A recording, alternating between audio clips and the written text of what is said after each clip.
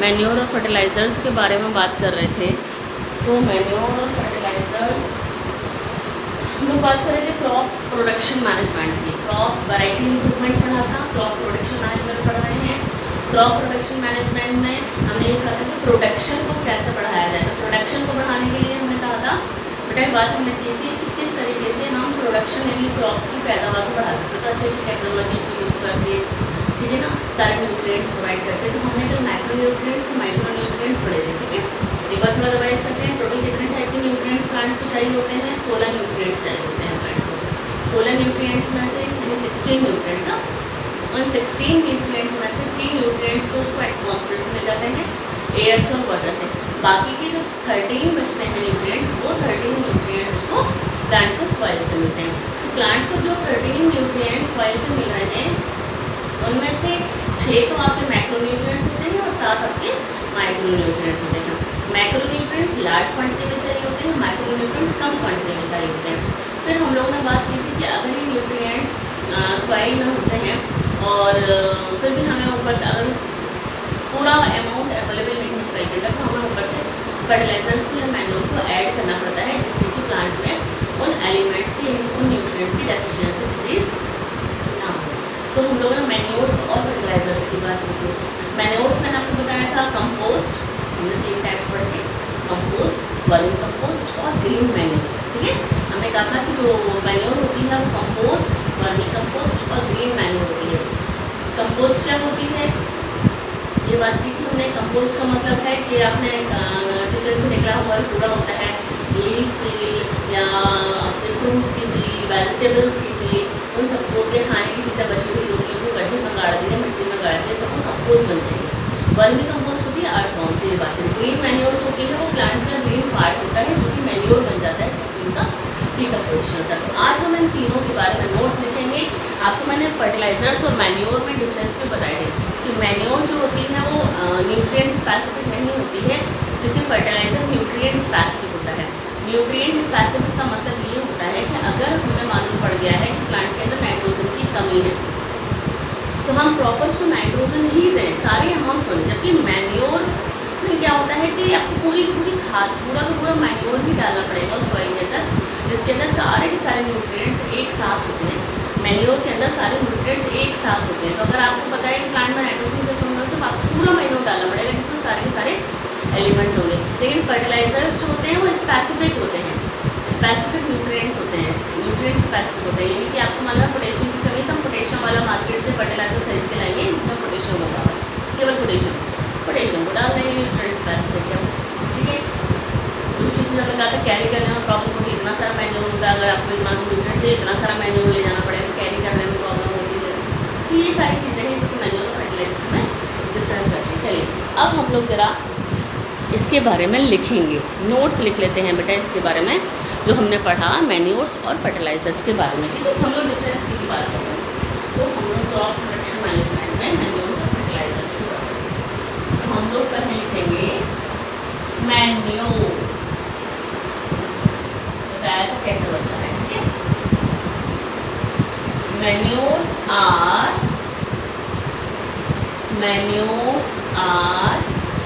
natural fertilizers,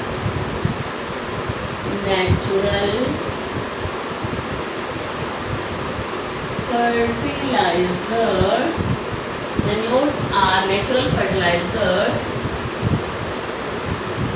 These are the organic substances. These are the organic substances formed by decomposition,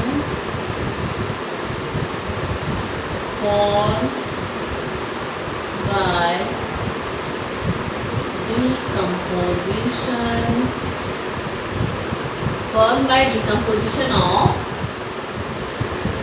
animal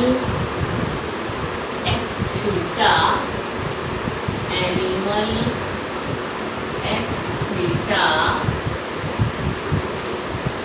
formed by decomposition animal excreta and plant waste and plant wastes which supply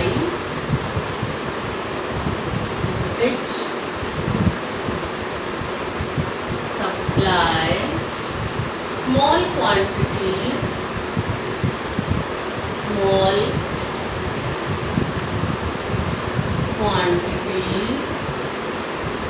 which supply small quantities of nutrients, small quantities of small quantity of nutrients, small quantity of nutrients to the soil. अच्छा, ये हम लिख चुके थे बेटा, ये part हम लिख चुके थे, तो ये प्लीज आप लोग नहीं लिखिएगा, कोई दिक्कत नहीं है. Small quantity of nutrients to the soil, ये पार्ट आप लिख चुके थे ना नोट्स में, ठीक है बेटा, ये पार्ट हम लिख चुके थे, तो आप इसको मत रिपीट मत करिएगा. ये वाला पार्ट हम लिख चुके थे. आपको मैं टाइप्स बताऊंगी अभी, मैन्यूर के टाइप्स जो हम लोग कल पढ़ चुके थे. चलिए मैन्यूर के टाइप्स पढ़ते हैं. Number 1, compost and vermi compost.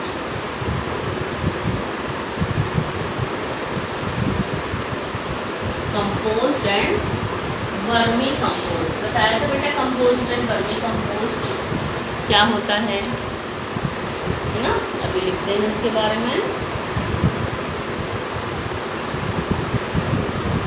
Vermi compost earthworm से बनाई जाती है.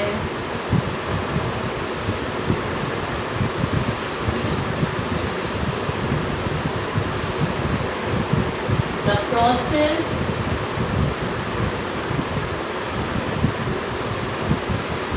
in which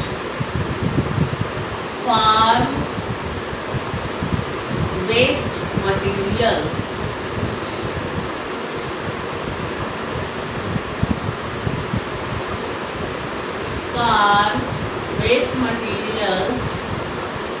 like live stock, excreta, cow dung,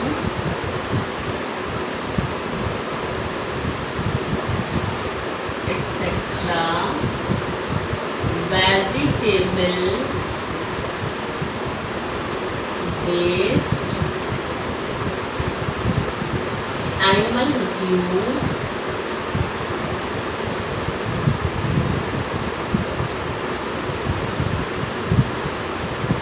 domestic waste,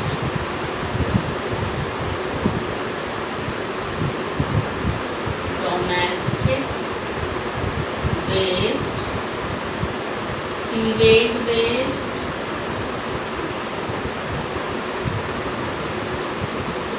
straw, eradicated weeds,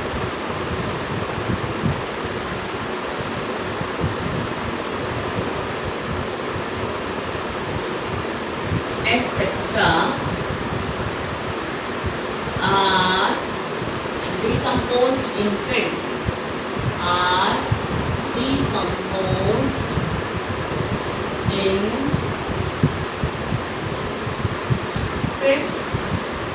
Is known as composting. Is known as composting. Is known as composting.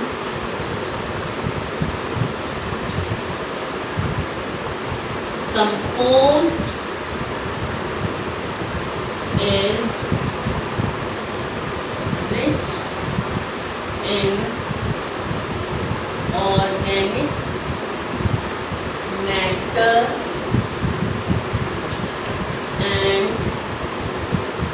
nutrients. Compost is rich in organic matter and nutrients. Compost rich होती है organic matter में and nutrients में, ठीक है। देखिए लीजिए एक बार क्या लिखा हुआ है, कंपोस्ट इन वर्मी कंपोस्ट, यानी the process in which farm waste material means खेतों से निकला हुआ वेस्ट। फार्म वेस्ट मटेरियल का मतलब है खेतों से निकला हुआ waste. The process in which farm waste material livestock excreta, livestock मैंने आपको पहले बताया था कि लाइव स्टॉक का मतलब होता है जो पालतू जानवर होते हैं, गाय भैंस वगैरह होती हैं, तो गाय भैंस जो होती है उनको बोलते हैं live stock. Live stock excreta, live stock का जो एक्सक्रीट गोबर वगैरह होता है ना, काऊ डंग एक्सेट्रा। वेजिटेबल वेस्ट, यानी कि वहाँ से खेतों से जो वेजिटेबल बेकार हो जाती है, चला जाती है, वो वेस्ट सारा। एनिमल फ्यूज, जो घास वगैरह जो भी खिलाई जाती है उसमें से बचा हुआ जो रहता है खाने पीने की चीज़ें, चरी वगैरह जो होते हैं। डोमेस्टिक वेस्ट, यानी घरों से निकला हुआ वेस्ट। डोमेस्टिक वेस्ट का मतलब है घरों से निकला हुआ वेस्ट, घरों से खाने की चीज़ें निकलती हैं बेकार, ठीक है ना, वेजिटेबल भी, अनियन भी, लीफ भी, ठीक है ना, फ्रूट्स की छिलके, ये सब डोमेस्टिक वेस्ट में आता है। सीवेज वेस्ट, हम लोगों के वॉशरूम से जो सीवेज निकलता है उसमें वहाँ पर सीवेज, जो सीवेज वेस्ट है ना, जो हम लोग के जो बाथरूम्स होते हैं, हम लोग के जो वॉशरूम्स होते हैं, वहाँ से जो सीवेज वाटर जाता है सीवेज ट्रीटमेंट प्लांट में, सीवेज ट्रीटमेंट प्लांट में, वहाँ पर सीवेज का ट्रीटमेंट किया जाता है, सीवेज वाटर का ट्रीटमेंट किया जाता है, पानी को साफ़ किया जाता है और उसमें जो गंदगी निकलती है वो सीवेज वेस्ट कहलाता है, जिसको फर्टिलाइजर की तरह से, मैन्योर की तरह से यूज़ किया जाता है। तो सीवेज वेस्ट, स्ट्रॉ, घास वास, इरेडिकेटेड वीड्स, इरेडिकेटेड वीड्स आप लोग जानते हैं बेटा, वीड्स कहते हैं अनवांटेड प्लांट्स को। वीड्स किसको कहते हैं? अनवांटेड प्लांट्स को। खेतों में जब फसल उगाई जाती है तो बीच बीच में कुछ पौधे अपने आप निकल आते हैं, जैसे मटर का खेत है तो मटर के खेत में बथुआ ज़्यादातर निकल आता है, तो बथुआ क्या है बेटा? वीड है, जिसको फिर निकाला जाता है, क्योंकि वीड्स जो होते हैं वो प्रॉपर जो आपने फसल उगाई है वहाँ पर प्रॉपर उसकी ग्रोथ नहीं होने देते हैं, इसलिए वीड्स को निकालना ज़रूरी होता है। तो वीड का इरेडिकेशन मतलब हटा देना। Eradicated weeds etcetera are decomposed इन पिट्स यानी गड्ढा खोदकर, पिट यानी गड्ढा, गड्ढे को खोदकर उसमें डाल देता है, known as composting. Compost is rich in organic matter. आपको मालूम है जब कंपोस्ट के अंदर सारे के सारे लिविंग पार्ट आ रहे हैं, है ना, वेजिटेबल है, वेस्ट मटेरियल है, काऊ डंग है, तो वो ऑर्गेनिक मैटर तो उसमें बहुत ही अच्छा होगा और न्यूट्रिएंट्स बहुत ज़्यादा होते हैं मैन्योर के अंदर, ठीक है। तो ये हमने कंपोस्ट और वर्मी कंपोस्ट, अभी हम कंपोस्ट लिख रहे हैं तो कंपोस्ट के और मैं पार्ट्स ऊपर लिखूँगी, ठीक है। तो ये वाला पार्ट मैं हटा दूँगी यहाँ से, हटा दें बेटा।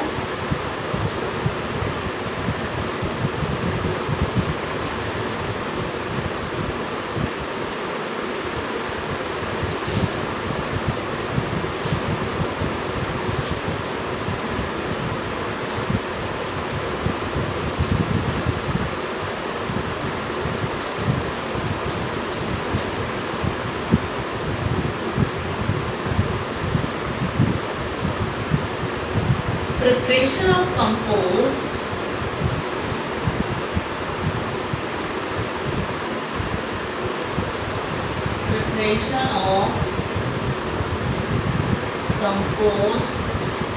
by using earthworms, by using earthworms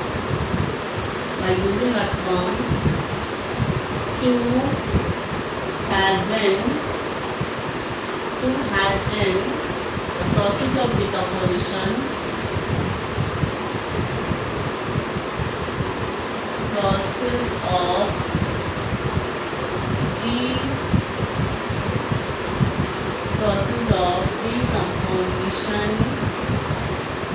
decomposition of plant and animal fuels, decomposition of plant and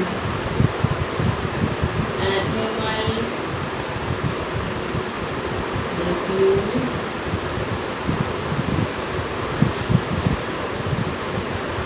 is called vermicomposting.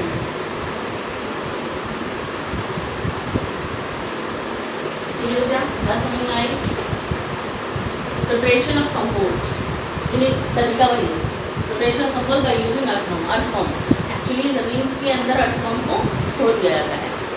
आप खेतों के अंदर अर्थवर्म को छोड़ दीजिए, बहुत सारे गड्ढा खोद दीजिए, वहाँ पे अर्थवर्म को छोड़ दीजिए, तो अर्थवर्म आपकी सॉइल को फर्टाइल बना देंगे।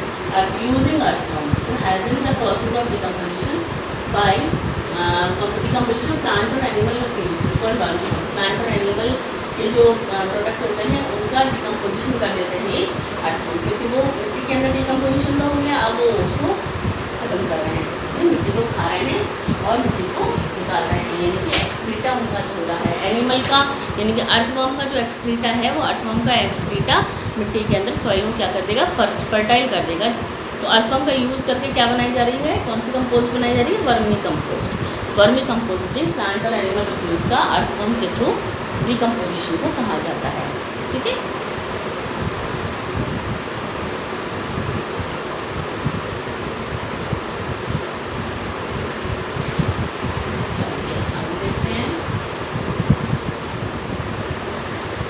लोगों ने कंपोस्ट वर्मी कंपोस्ट लिखी है। हाँ, ये दूसरी नंबर कंपोस्ट। अब हम लिखते हैं ग्रीन मैन्योर।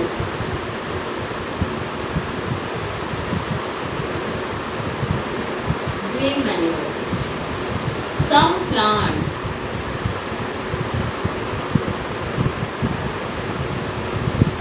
like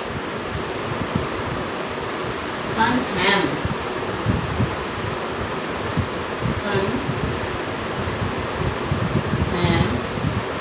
और ग्वार, ग्वार बोलते हैं, सन हैम और ग्वार are grown and mulched by growing,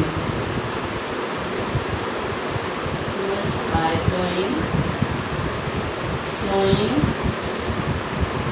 them into the soil,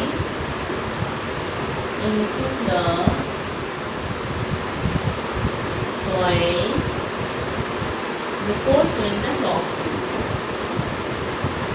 Before sowing the crop seeds. These green plants turn into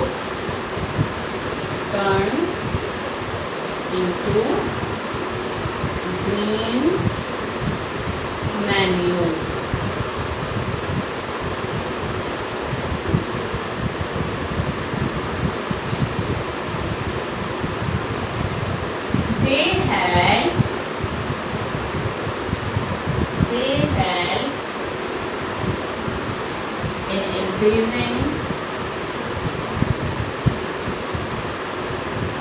They help in increasing nitrogen and phosphorus contain nitrogen and phosphorus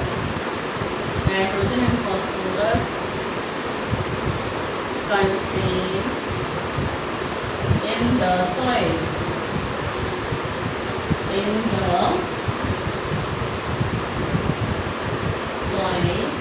as well as improve hydration,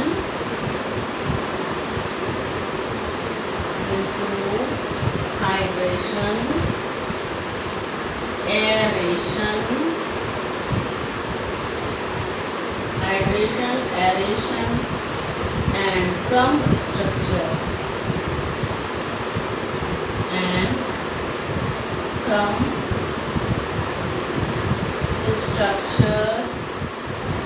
of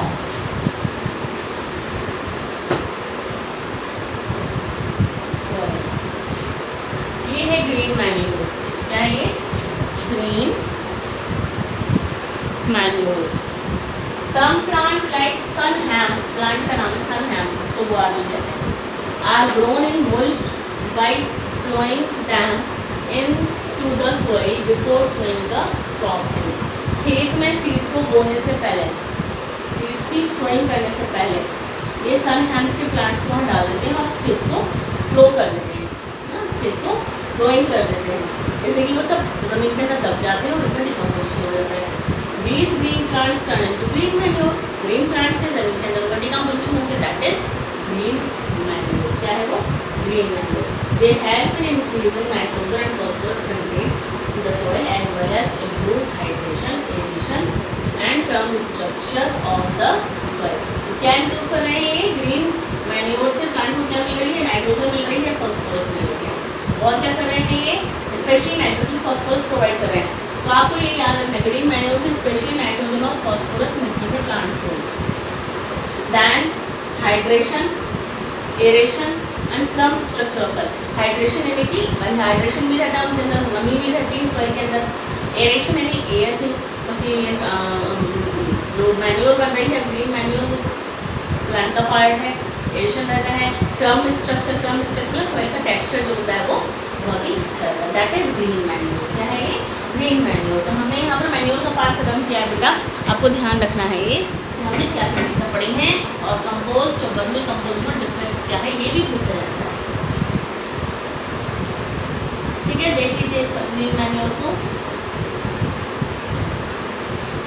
तो green manure green plants हैं actually, ठीक है, सनहैम, ग्वार कह सकते हैं। इनको flowing करने से पहले ज़मीन में गाड़ देते हैं, डिकम्पोजिशन हो जाता है ज़मीन के अंदर इनका, और सॉइल फर्टाइल हो जाते हैं, स्पेशली फॉस्फोरस और नाइट्रोजन मिलती है, एयर पोर्स अच्छे से बन जाते हैं सॉइल के अंदर, और सॉइल में मैन्योर का काम करता है। ग्रीन प्लांट से बनता है इसलिए ग्रीन मैन्योर है।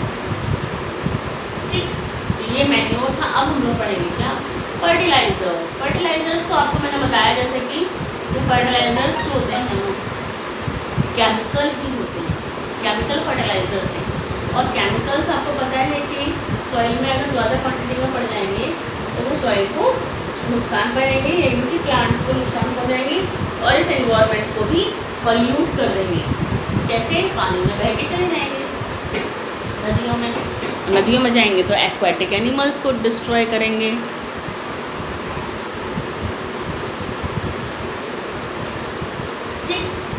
अब आगे हम लोग पढ़ते हैं फर्टिलाइजर्स।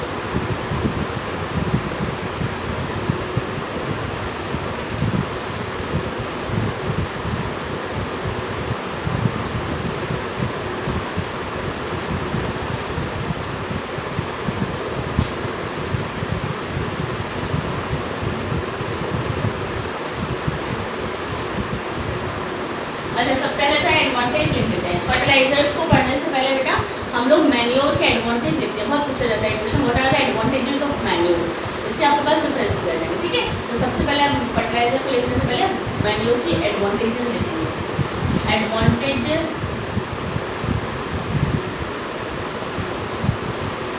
ऑफ मैन्योर, इम्पॉर्टेंट है भाई। Advantages of manure. Number 1, it's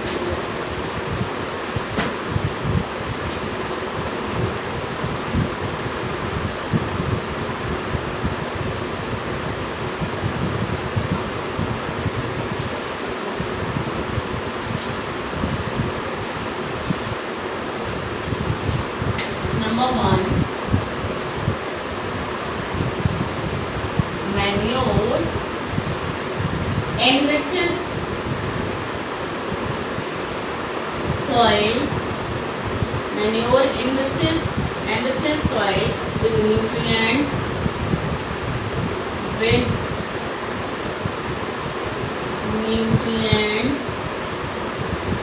and organic matter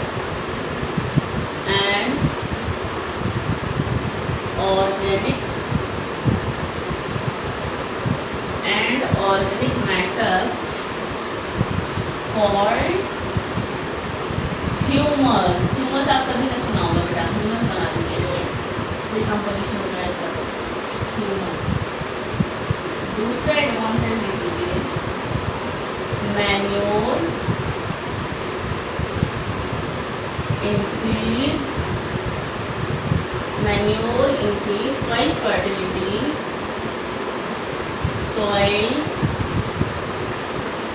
soil fertility, manual increase soil fertility and decrease the harmful effects and decrease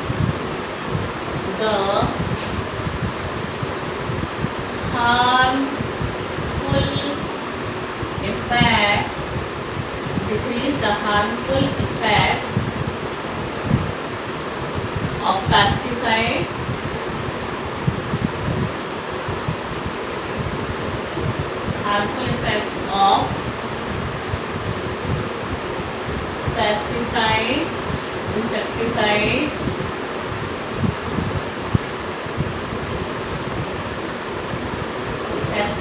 insecticides on soil.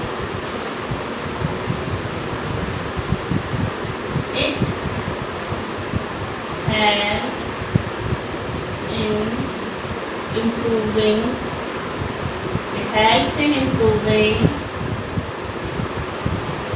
soil structure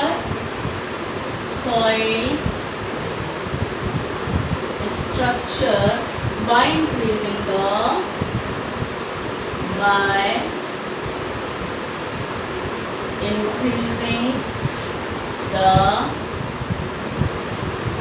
water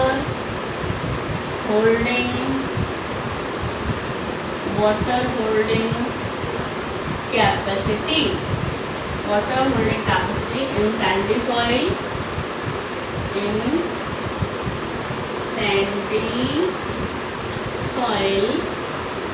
and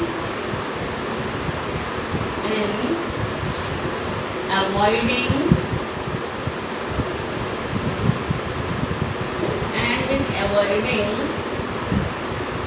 waterlogging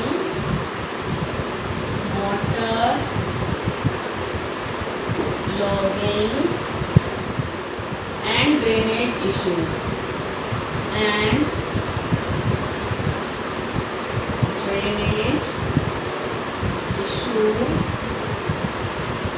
in clay soil.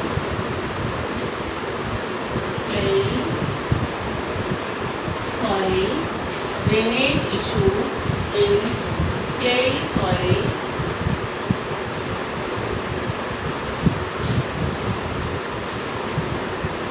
और लिख लीजिए, manure help in recycling the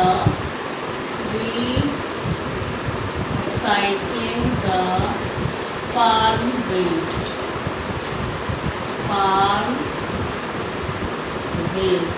है ना, recycling the farm waste.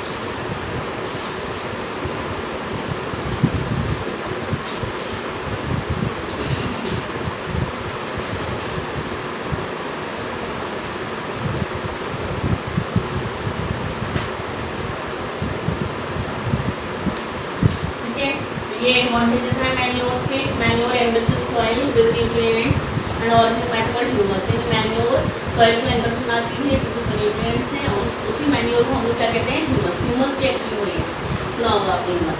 Manure increase soil fertility and decrease the harmful effect of pesticides insecticide on soil. क्योंकि अगर हम लोग manure में यूज़ करेंगे तो पेस्टिसाइड और इंसेक्टिसाइड का यूज़ करना ज़रूरी नहीं होगा, तो पेस्टिसाइड इंसेक्टिसाइड से सॉइल को प्रोटेक्ट करेंगे इसके हार्मफुल इफेक्ट से. It helps in improving soil structure by increasing the water holding capacity in sandy soil. अगर सैंडी सॉइल क्या सॉइल जानते हैं, सैंडी सॉइल वो होती है जिसमें सैंड ज़्यादा होती है, जिसमें किसकी वाटर होल्डिंग कैपेसिटी कम होती है. वाटर होल्डिंग कैपेसिटी का मतलब है पानी को सोखने की कैपेसिटी. तो पानी को सोखने की कैपेसिटी अगर सॉइल के अंदर नहीं होगी तो प्लांट्स के पास पानी पहुँचेगा कैसे. तो सैंडी सॉइल में अगर मैन्योर को मिला दिया जाए तो water holding capacity Sandy soil की अच्छी हो जाती है, क्योंकि किसी किसी जगह पर सैंडी सॉइल होती है जहाँ पर कि मैन्योर को यूज़ किया जाता है सॉइल को अच्छे बनाने के लिए. ठीक है, तो सैंडी सॉइल में वाटर होल्डिंग कैपेसिटी को बढ़ा देती है manure. And in avoiding water logging, water logging का मतलब पानी भरा हुआ आ जाए, है ना। And drainage issue in clayey soil, clayey soil पानी को, क्लेई सॉइल के अंदर वाटर होल्डिंग कैपेसिटी बहुत ज़्यादा होती है, तो कहीं वहाँ पानी ना भर जाए तो उसको भी मैन्योर पोरस बना के पानी को बिल्कुल अंदर ग्राउंड में भेज देती है, तो पोरस बना देती है। तो क्लेई सॉइल के लिए भी मैन्योर अच्छी है, सैंडी सॉइल के लिए भी मैन्योर अच्छी है। Manure helps in recycling the farm waste, obviously manure बनाने के लिए फार्म का वेस्ट में, खेतों में कितना ज़्यादा वेस्ट निकलता है, तो अगर वो वेस्ट को ऐसे ही फेंक दिया जाए तो बेकार है, तो उस वेस्ट को यूज़ कर लिया जाता है जो प्लांट के दोबारा से काम आ जाता है। मतलब ना खेतों से निकला हुआ कूड़ा कचरा फिर से खेतों में ही काम आ जाता है, ये रिसाइकलिंग हो गई इसकी वेस्ट की। ठीक, तो ये हमने पढ़े बेटा आज मैन्योर के एडवांटेजेस। हम लोग अब फर्टिलाइजर्स को कल पढ़ेंगे, कल लिखेंगे फर्टिलाइजर्स के बारे में, ठीक है। तो आज के लिए इतना काफ़ी है, फिर हम लोग नेक्स्ट लेक्चर में फर्टिलाइजर्स को लिखेंगे।